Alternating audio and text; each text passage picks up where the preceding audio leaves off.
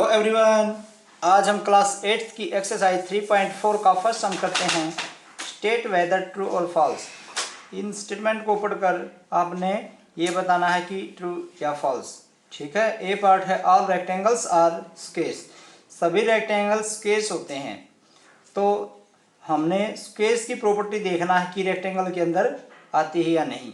अब ये है स्क्वेयर्स और ये हमारी रेक्टेंगल। अब ये देखो, इस स्क्वेयर्स की प्रॉपर्टी इसके अंदर आती है या नहीं। कैसे? इसकी प्रॉपर्टी है ऑल साइड्स आर इक्वल। ठीक है, सभी साइड इक्वल होनी चाहिए, लेकिन यहाँ पर अपोजिट साइड इक्वल है। सभी साइड इक्वल नहीं है, आमने सामने की इक्वल हैं। ठीक है, जबकि इसमें ऑल साइड इक्वल होनी चाहिए, तो ये फॉल्स है हमारा। अब बी पार्ट है ऑल रोम्बस आर पैरेललोग्राम्स। सभी रोम्बस पैरेललोग्राम्स होते हैं। ठीक है, तो ये हमारा रोम्बस है, ये पैरेललोग्राम। अब इस पैरेललोग्राम की प्रॉपर्टी इसके अंदर होनी चाहिए। इसकी प्रॉपर्टी क्या है? Opposite sides are equal. ठीक है, and parallel. Opposite side equal होनी चाहिए और पैरेलल होनी चाहिए।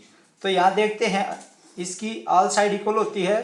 ठीक है, तो अपोजिट देखना है, ये और ये इक्वल है और ये इक्वल है। ठीक है, फिट है। और ये इसमें पैरेलल भी है अपोजिट साइड, तो ये हमारा ट्रू है। सी पार्ट है squares are rhombus and also rectangles. ठीक है, ऑल स्क्वेयर्स, सभी स्क्वेयर्स रोम्बस और रेक्टेंगल्स भी होते हैं। ये हमारा स्क्वेयर्स है, ये हमारा रोम्बस है, ये हमारा रेक्टेंगल है। पहले हम रोम्बस को चेक करते हैं। रोम्बस की क्या है? All sides are equal and parallel. तो देखते हैं, यहाँ भी ऑल साइड इक्वल है। ठीक है, स्क्वेयर्स के अंदर, और पैरेलल भी हैं। इसमें तो ये ऐसे पैरेलल है, ये और ये पैरेलल है, और ये पैरेलल, तो इसमें भी पैरेलल है। तो ये हमारा ट्रू है। ठीक है। डी पार्ट है ऑल, एक बार ये और देखो रेक्टेंगल। अभी रेक्टेंगल की भी चेक करते हैं। रेक्टेंगल में क्या है? Opposite side are equal and parallel. तो यहाँ पर अपोजिट ये और ये इक्वल है, ये और ये इक्वल है। ठीक है, और ये पैरेलल भी है, तो ये हमारा ट्रू हुआ। ठीक है।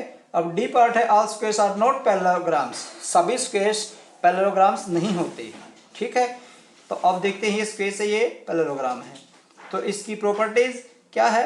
Opposite sides are equal and parallel. यहाँ देखते हैं, इसकी ऑल साइड इक्वल होती हैं, तो ऑल साइड इक्वल है, तो हमने देखना है कि अपोजिट साइड। अब ये और ये इक्वल है, और ये इक्वल है, और ये आपस में पैरेलल भी हैं अपोजिट साइड। ठीक है, अब ये पैरेलल है और इक्वल भी हैं, तो ये हमारा ट्रू है। लेकिन ये कह रहा है इसके अकॉर्डिंग तो होते हैं, लेकिन ये मना कर रहा है ये पैरेललोग्राम्स नहीं होते ऑल स्क्वेयर्स, तो ये बात हमारी फॉल्स है, रॉन्ग है। ठीक है, क्योंकि सभी स्क्वेयर्स पैरेललोग्राम होते हैं और ये बना कर रहा नहीं होते। ई पार्ट है ऑल काइट्स आर रोम्बस। सभी काइट्स रोम्बस होते हैं। अब काइट्स की ये शेप होती है।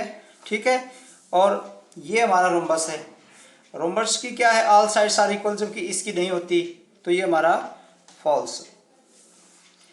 एफ है ऑल रोम्बस आर काइट्स। सभी रोम्बस काइट्स होते हैं। अब ये रोम्बस हमारा, ठीक है, ये हमारा काइट्स है। काइट्स में क्या है?